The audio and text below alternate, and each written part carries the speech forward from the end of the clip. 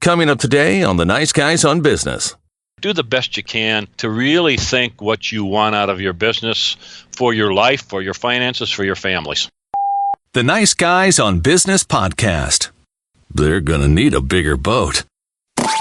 Need an education on how to grow your business? The Nice Guys are here to help. Learn about great customer service, networking, and how just being nice can help you prosper. Now, here are your hosts, Doug Sandler and Strickland Bonner.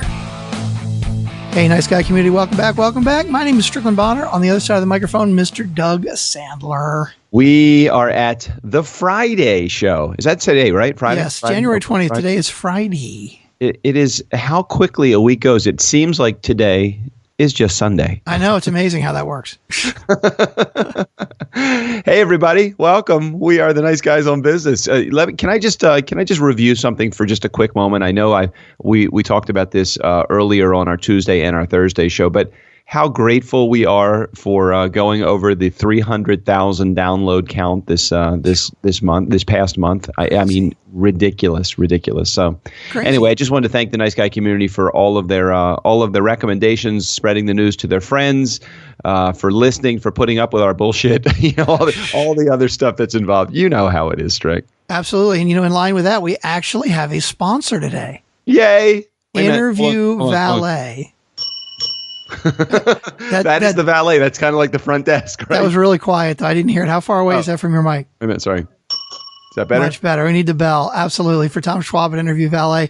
So if you have a podcast and you're looking for people to interview, you should definitely give Tom a call. But if you are looking to become an expert in your field and get onto other people's podcasts to be interviewed, you should also call Tom. In fact, that's really why you should call Tom, because he is going to help you find the right podcast to get interviewed on, basically schedule the interview. He does he teaches you, he preps you on how to talk and how to speak on a podcast interview if it's something you're not comfortable with. And you need that to become the expert in your field. And let me say that Tom and his crew over at Interview Valet have done such a great job for us. They've sent us many guests, and their guests are really prepared. I mean, they're ready to go. They have a great headshot that they give us so that we can use it for the cover art. They prepare their guests so that they're on time. I can't tell you how often I actually am sitting here waiting. Let's say my interview is at 11 o'clock. I'm sitting here waiting at 11:05, 11:10. Every once in a while, I'll have a guest that rolls in at like 11:15 and thinks, okay, let's get the interview going. And I'm thinking, you just used 3/4 of your interview time, bud. Right. I'm so sorry. Let's reschedule. So Tom, really, what our guests come to the table with is this. They come to their table with the professionalism that they need in order to get on the show and sound good. And really all they have to do is answer the questions that we throw out in front of them. They don't have to worry about booking the podcast, scheduling the podcast, dealing with all the admin. There is a lot of stuff behind the scenes. So Interview Valet and Tom Schwab and his gang do a great job over there. How can our group reach out to them if they want to be a client of Tom's? Strick? Go to the show notes, click the link. That's all there is to it. Tell them the Nice Guy sent you. All right. That's cool. Interview Valet. Who is on our show today? Is today Marty Wolf Day? Marty Wolf Day. Oh gosh, I'm so excited about having Marty on the show. He met me. I guess we met about 2 or 3 months ago at an event up in New York, and he just turned out to be a royal. I was going to say royal pain in the ass. Yeah, that's what it sounded like you were going. Yeah. Sounds like you're going there. Marty, I would never call you a royal pain in the ass. No, Marty is totally a cool guy. He's a business consultant. He actually is a podcaster also, and he's a pro. He's a royally nice guy is what I was trying to get to. But I'm trying to, other than just saying he's a really nice guy, I don't know how to say it. I mean, he is an example for all people that are business consultants, what they should be: professional, smart, having the right content, providing the right content at professional level, all of the things that you need in order to be a business consultant. So how do our, where do we get to see more information about Marty? Straight? You can go to martywolfbusinesssolutions.com, and that's Wolf with 2 F's, or you can just click on the show notes. And of course, the links to reach him are in there. He's also got a podcast called The Business Builders Show, and it's a once a week podcast that, again, it's very much like ours, except, more serious, and probably better information than we give to, small business owners. But really, it is about how to build your business. And you can get the link in the show notes to that one as well. Again, it's a Marty Wolf Business Solutions with 2 F's, but you get more into it in the in the interview there, Doug. Strick, you know what the 2 F's stand for? No, Doug. Why don't you tell me? Fucking fantastic.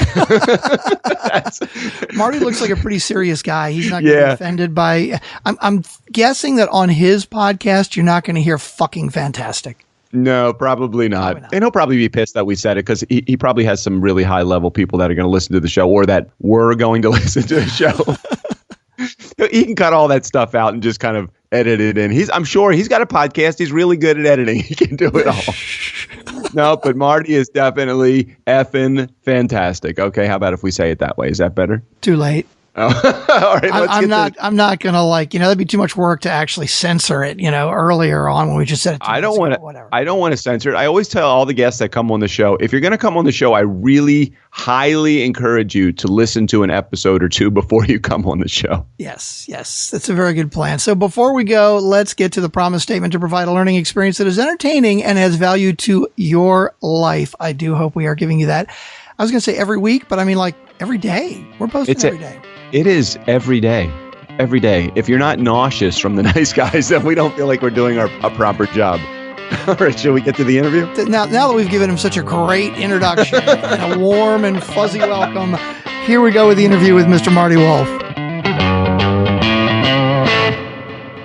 It's a great day on the Nice Guys today. Any day you can bring a good friend into your world and share his awesomeness with the Nice Guy community, it's a great day. And Marty Wolff is not just an amazing business coach, a top-notch sales professional, a speaker, a marketing guru, and a podcast host of the Business Builders Show. I'm also proud to call him my friend. Welcome, Marty Wolff, to my home on the Nice Guys on Business. Hi, Doug. Real looking forward to this great conversation. I know we're going to have. No, wow, you even already anticipate having a good conversation, which means that I feel like we're going to have a great conversation anyway. So see that, how your mind will play tricks on you that way? Hey, there you go. I'm ready to roll, though, man. I'm ready to roll. So there are plenty of people out there claiming to be coaches, Marty, and truly so many popping up with technology, making it really so easy to hang up a shingle. How can people out there that are looking for a business coach, especially one that's, has years of experience like you do, how can somebody out there who's looking for a coach make some decisions on really who to use? Vet them. Ask them for references. Ask them for work that they've done before. Show actual strategic plans that they've written. That I already say testimonials. It comes down to really vetting the person that you are considering. Certifications are good if someone has an official certification. That form, and that's good. There's nothing wrong with that. But what it comes down to is experience, and where someone else will say that the coach is good. That's what really matters. Yeah. I think that probably goes without really too much emphasis on that. That of course we have to find someone that has experienced and someone that might even have the certification. But yeah, people that have used them before, that would be a great way to go. My wife actually has a coach, and I have to tell you, it's probably one of the best business decisions she's ever made, and it's one of the most expensive ones too. But the ROI, it's like tenfold. I mean, although we bounce plenty of ideas off each other, her coach really makes a difference. A lot of people think that this is something that you can DIY or mastermind. And what's the difference between a business coach and really a mastermind person or a mentor that you might find out there? Well, it's for me, and my viewpoint of it is, and there's a difference between quote unquote a life coach and a business coach. My discussions are around the business and business results. And so that's really a one-on-one conversation, holding each other accountable for agreed upon methodologies and agreed upon results. So sometimes the conversations are a little direct, in terms of holding people accountable. But that's what it comes down to. I mean, if you're hiring a business coach, you should expect business results, and you should agree with that ahead of time. Almost all my engagements are longer term, like 10, 12 months in that range. And before I sign anything, I say, here's what we expect to do. Here's how you hold me accountable. Here's how I'm going to hold you accountable. And then you go at it, and it's one-on-one, and it's communication, and it's documentation. You need to say, okay, in my case, I get access to the company records. I get access to just about everything. so that we're truthful with each other. That's what, in my opinion, that's what makes a great business coach. It's results, man. Do you think it's easier to work with somebody that has very little experience, that's starting and getting underway and hiring you almost from the beginning of opening or starting their own privately run business? Or do you find that somebody that's well seasoned and experienced is easier to put into your fold? Well seasoned and experienced in my world, only because for the most part, I like to have someone who's kind of had some experience, and that we can have a discussion based on experience. In other words, if they're in the early stages, I mean, I do work with startups, and that's fine. But I would prefer that they've had some bumps and bruises already.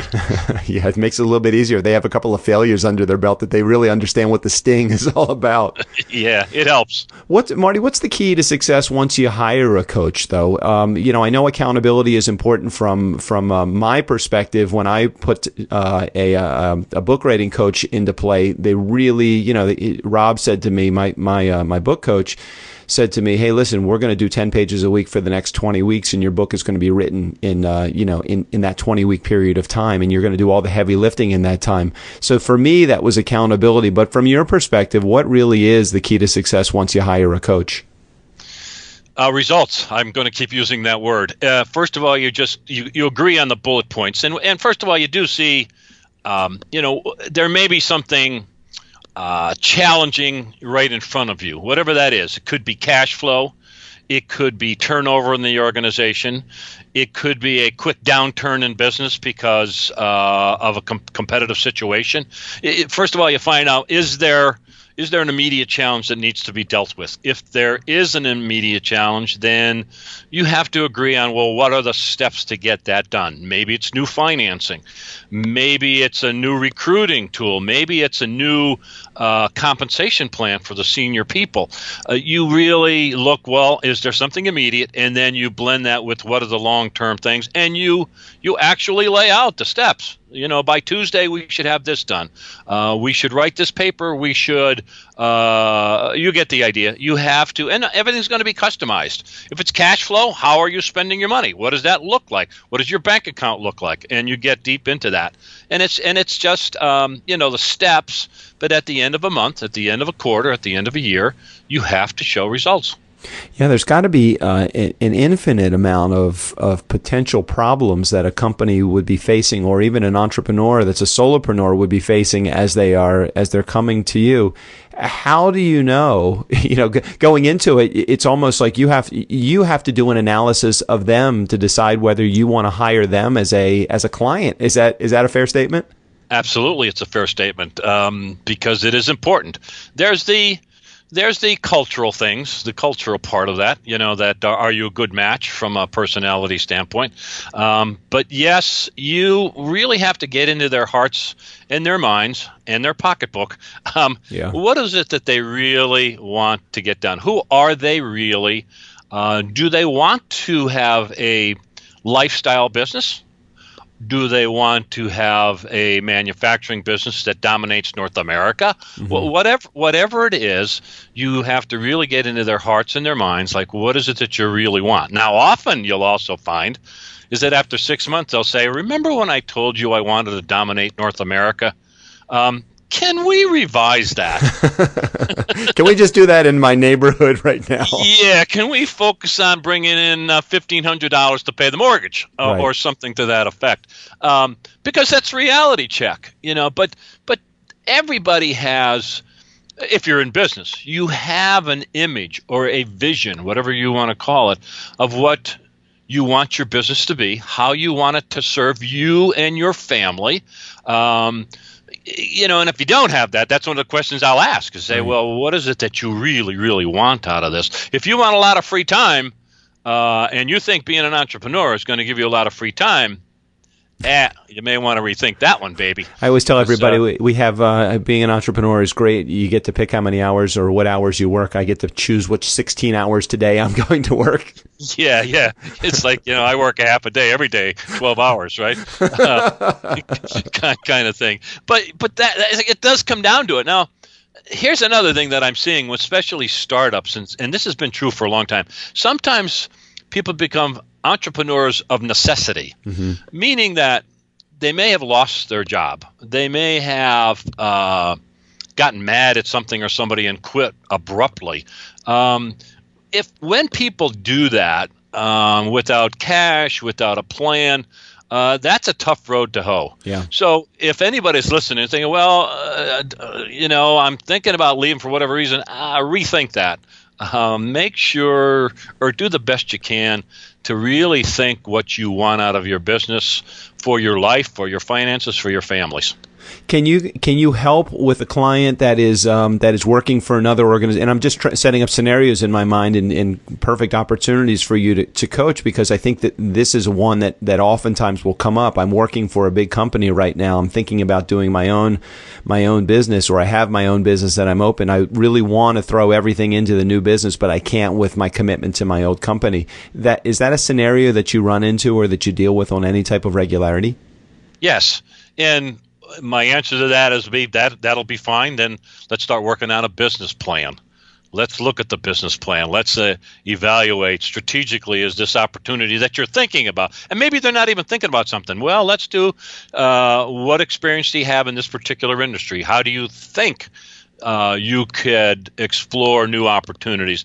And you start putting together a business plan. And what's the likely things that might happen out of that? And also, they might go through that early stages of a business plan and say, well, wow, I really don't have enough experience. I really don't have a borrowing capacity, et cetera, et cetera. But yeah, we help people with that. We've done that and continue to do that. Marty, is a coach right for everyone? I mean, really, at all business levels and business ownership styles, is it right for everyone?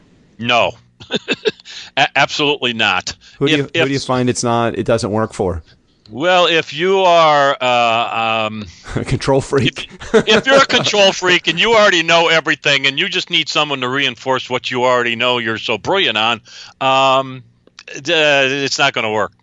I don't do that. I don't take those engagements. I don't need you to pay me to tell me you're great. It has to be someone, touch of humility, a desire to learn, a desire to improve, a vision beyond themselves that, again, almost starts with first themselves, then their family, then their community, and then goes out from there.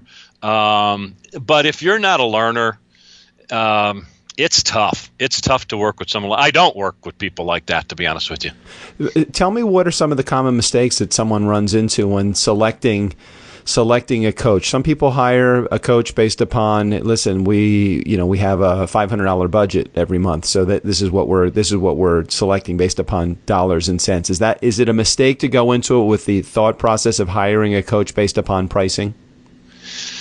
I think it's a consideration. I think if the reality is that you have a particular budget, I don't think there's anything wrong with that. But it comes down to, well, what is it that you really want to, what results or what do you want to get out of that coaching agreement? And so since you're talking about budget, one of the key mistakes that startups and existing companies make all the time, I've made it myself, is not understanding, we'll call it your numbers, not understanding what things cost you, what investment it's going to take. What does expansion look like? The idea of basic cash flow, so many businesses do not grasp that. It's shocking to me, Doug. Yeah. I mean, I've worked with companies that are pretty good, in terms of small business, $10, $15 million a year businesses, and they still don't understand cash flow. Just because you have a particular one financial instrument that says you're making money, if you don't have money in the bank, yeah, you ain't got money. Yeah, it's that simple, And so that's a big mistake I see. Startups and existing companies understanding their numbers. Let's leave the coaching world behind for a second and talk about just business in general. How important do you think your network is in building your business? Invaluable. You can't do it without it. And I'm talking to you today because of my network. That's true. That's very true. and my networking, and that's a second mistake that entrepreneurs make, is that they don't network enough, especially if they're closed. They don't. When we say network, that's not necessarily going to a cocktail party. Right. That is making connections with the people who are of like-minded growth and a value system and those kinds of things. I think is just absolutely, critically important. A network can and does make your life easier, because you'll have those folks to rely on for both insights, help, guidance, encouragement, inspiration, all those kinds of things. You can't. I don't see it today. I mean, here's what happens. Boy, Yeah. you're getting me all. You're getting No, me that's all. all right. I'm listening to you because I'm believing in your. I believe in your message, and I've seen you in action. So I know that that was kind of a loaded question. I knew getting into the network question was going to be, because I know how important it is to you. I can't stress it enough, because it is so essential when you're dealing with people. You would rather deal with a warmth and an environment that is kind to you, rather than a cold environment of making cold calls and meeting people that you've never met before. And your network is going to do that for you and help you do that every step of the way. So spend your time, I should say, working on building a network, rather than making 4,843 cold calls. Mm-hmm. That's only going to, I don't want to curse, upset you. Yeah. It's worthless. I'm not against cold calling, so let me get that out of the way. Some of my biggest accounts have been through cold calls, but they've been warm calls. So what's happening in this world today, and anybody who reads books sees this. They see the Facebooks of the world. They see these people who they think created this billion-dollar empire by themselves. That is not true. No one does this by themselves. Your network, your advice, your coaches, formal and informal, is what got everybody to that level.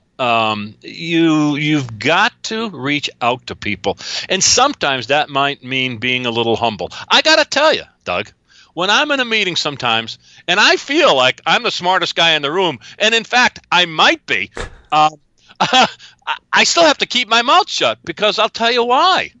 I won't learn anything. Yeah. I've got to learn something, and so I have to work at my humility. You've been around me, Doug. Yeah, I know. You have a pretty big ego, Marty, and I'm okay. I'm okay with that, because I don't mean to say this any kind of condescending way at all, but I know how to handle you. I not handle you in that way, but you know what I mean. You have to know the personality types that you're dealing with, and if you have somebody that has a larger than life personality, we both are common friends with have friends in common with Jeffrey Hazlett, and we know from C-Suite, and we know that Jeffrey has a good size ego. So you can't roll ego to ego against Jeffrey, because you will never win in a conversation like that. Absolutely not. But what the real message is, and let's circle back to business. Let's circle back to personal improvement. If you don't expose yourself and be willing to learn from others, build that network, engage with people, it's going to be a tough road, baby. So let's leave the network behind. We are both very passionate about it, and let's move on to your own experiences for a second. And often great coaches, Marty, as you probably know and might attest to, come from some pretty great failures in a career. So many lessons. Was this the case with you, or is this learned? Are your experiences through divine success or through divine failure?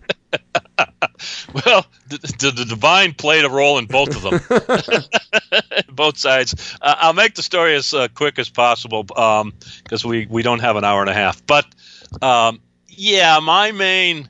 Well, let's see how can I do this quickly. Okay, so at 27, I was very successful. Had a very successful trucking business. Doug, I was a trucker. I drove a truck. I had trucks. Very successful. Thought I knew everything, went into a different business, left that business, went into that business, and got creamed. Wow. I had a little bit of wealth, lost it all in 3 years. Bankrupt, busted. Now, this is a long time ago. Bankrupt with 4 kids. The whole story, almost losing the house, the whole shtick. Wow. Right? The whole thing. Well, maybe this is where divine intervention comes into it. Well, a couple days after, I ran into a buddy and said, "Hey, look, I need a job." He said, "Why don't you come to work for me?" A year later, I was running the largest outdoor advertising company in the nation in Los Angeles. Now, if I didn't pick myself up, and God helped me with that, I'm going to make that public announcement. Without my faith, I would have never gotten myself up off the floor, which I was sitting there probably crying, if I remember correctly. If I didn't get off the floor and do that and then start to work hard, in Los Angeles is where I blossomed and I'm in my 30s back then. That's where I started to read. I started to do different things. I started to unofficially coach people. Mm-hmm. So it was a very difficult, very, very difficult time for me personally and for my family. And I just, the main lesson was resiliency. So, I had, and there's a lot more failures, but we don't want to go into those too deep. Yeah, I think that the best mentors for me have been the people, and the best coaches for me, although I've only had a couple of coaches in my life from a business perspective, but the best mentors for me have been the people that have really shared some amazing lessons of failure. And some people like to attach to or are attracted by success, and not that success is not an amazing elevated spot to get to. But I'll tell you, somebody that can dig themselves out of a huge failure oftentimes shows a lot more bravery for me than someone that has been successful their entire life. There's no relatability for me when somebody says, yeah, I started at 18, I made my first million by 21, by 30, I had 10 million in the bank. I'm like, shit, I can't relate to this at all. Not at all. I can't either, brother. Yeah. I can't either. Like, how did you do that? And quite frankly, most of them didn't. There's more to it than that. But as you were speaking, I was thinking of the word grit. Yeah. And that's a popular word today. And if you're going to be in business, almost everybody, you need to have that grittiness, that ability to be resilient, that ability to bounce back from whatever it happens to be, personal or business challenges. You've got to be able to bounce back. Talking about key traits that you need to have, share with the Nice Guy community the importance of consistency as a practice for pretty much every action in your professional life. How do you rate consistency as a part of your activities? On the top three, you've got to think the same way. You've got to act the same way. You've got to take consistent steps. You're always learning.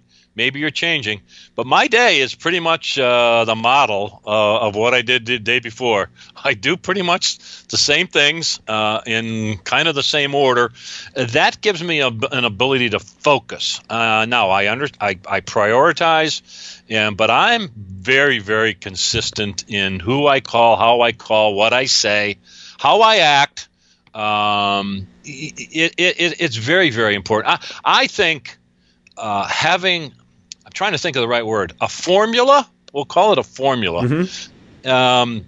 I think that's critically important, because otherwise you're bouncing around like a pinball machine. The consistency is you have a formula, a process, and you make, just like you said earlier, you make X number of calls every day. You look at your bank statement every day. You do certain things every day that over time will add up to bigger things. And so consistency is critical. And I always tell everybody in the Nice Guy community, they've heard me mention this many, many times. I have a program called the Nice Guy 30, and it's 30 days of consistent action. And they're really challenging things to Marty. They're like, return all of your phone calls, return your email, return your text messages, be on time every time, don't overpromise and underdeliver. And those are the kind of things. Reach out a couple of times a day. Those are the things that, no matter business or personal, that if you set up, like if somebody were to call my office today and say, hey, Sandler didn't call me back, and they're like, he must be dead, because I've never known Doug not to return a phone call.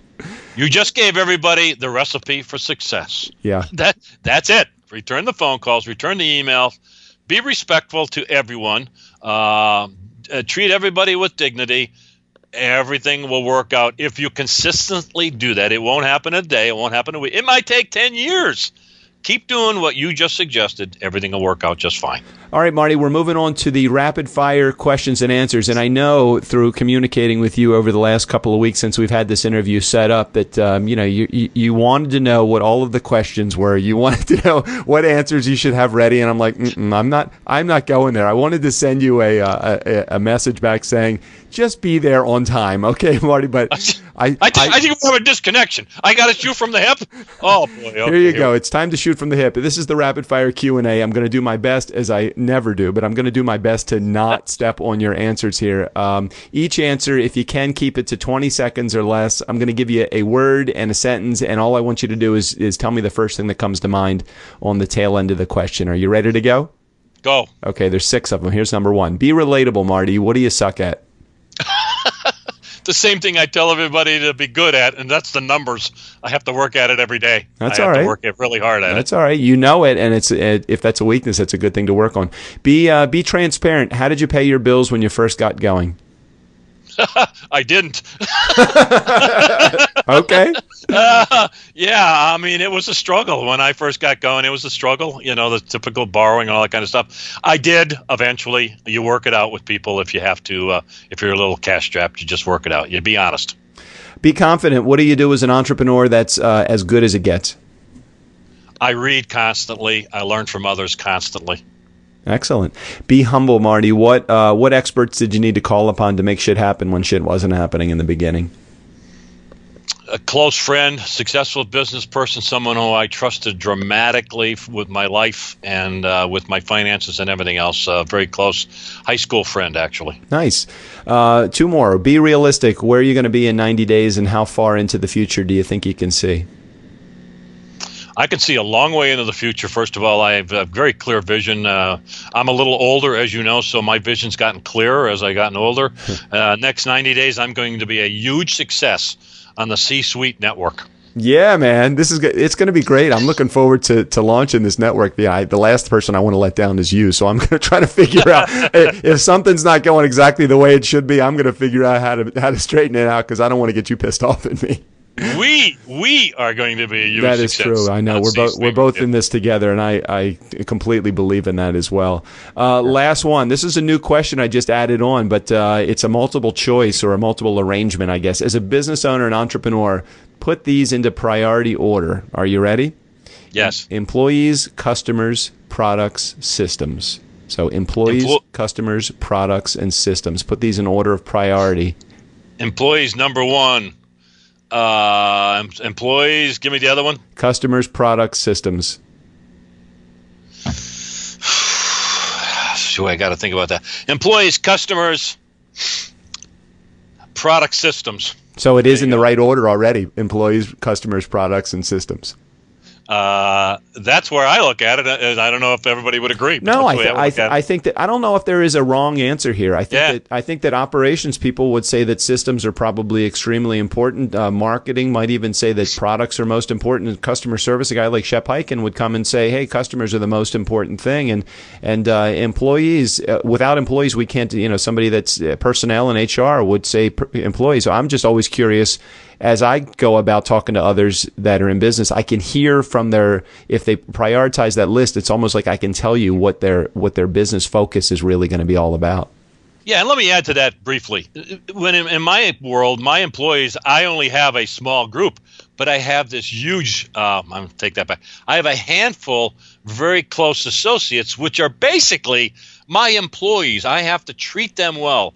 I need them to execute my social media plan. I need them to get my show notes right. I need them. So I look at them as, in a very kind of as employees. They're my associates, and without them, I don't get anything done, baby. No, agreed completely. Marty, do you have your cell phone anywhere near you? I do someplace, yes. Okay, great. Do you have an iPhone or something inferior? You should never embarrass the guest. You must have. You should never do that. Strick is my co-host, and we always talk about iPhones and the importance of, he's not a Mac guy, and I totally am an Apple follower, and he, I would say a good 99 times out of that 100 questions that I've asked, that the answer has been people have an iPhone. So I've stopped asking what kind of a phone you have. I started asking, do you have an iPhone or something inferior? So I have something inferior. All right, Marty. So go to your Strick will be very happy to hear that. Go to your texting app for a second. Got it. And tell me, what is the last text message you sent and received? The last one I got one was for you. Where are you? Like, where are you? Where's Marty? Where are you? We had this arrangement. You were supposed to be an honest guy and show up. Where are you? This is a fascinating question. I like that. Yeah. It's the last three, other than you, are people who are following me on Twitter. Nice. Very cool. And go to your photo app. What is the last thing that you took a picture of? My granddaughter. Oh, that's great. How old is she? First of all, let me tell you, she's absolutely beautiful. All my grandchildren are beautiful. How old is she? Pearl is about 18 months. Oh, my gosh. Congratulations. That is very cool. How many grandkids do you have? I have a total of 8. They're all beautiful. Oh, my gosh. How many kids do you have, Marty? I have 4 boys, all very successful. Thank God. Oh, thank God. Thank God. Does everybody live in the you're in northwestern Pennsylvania, right? Northeastern Pennsylvania, Northeast. and I'm shocked to say that they all do live reasonably close, because they're all educated, smart, and have traveled a lot. But they have decided to stay close to home. Well, you know why? Because fly fishing is really good in your part of the country. That's part of it. I love it. That's part of it, man. Hey, Marty, if my community wanted to get in touch with you, what would be the best way for them to do that? Probably the website, which is MartyWolfBusinessSolutions.com, and Wolf is spelled WOLFF. So repeat it, MartyWolfBusinessSolutions.com. And just remember, the 2 F's are for freaking fantastic. Okay. I'm stealing that one. That's good. That's like that. That's good. I was going to say for fucking fantastic, but I wasn't sure that would go over real big. Yeah, probably don't want to spread that one too far.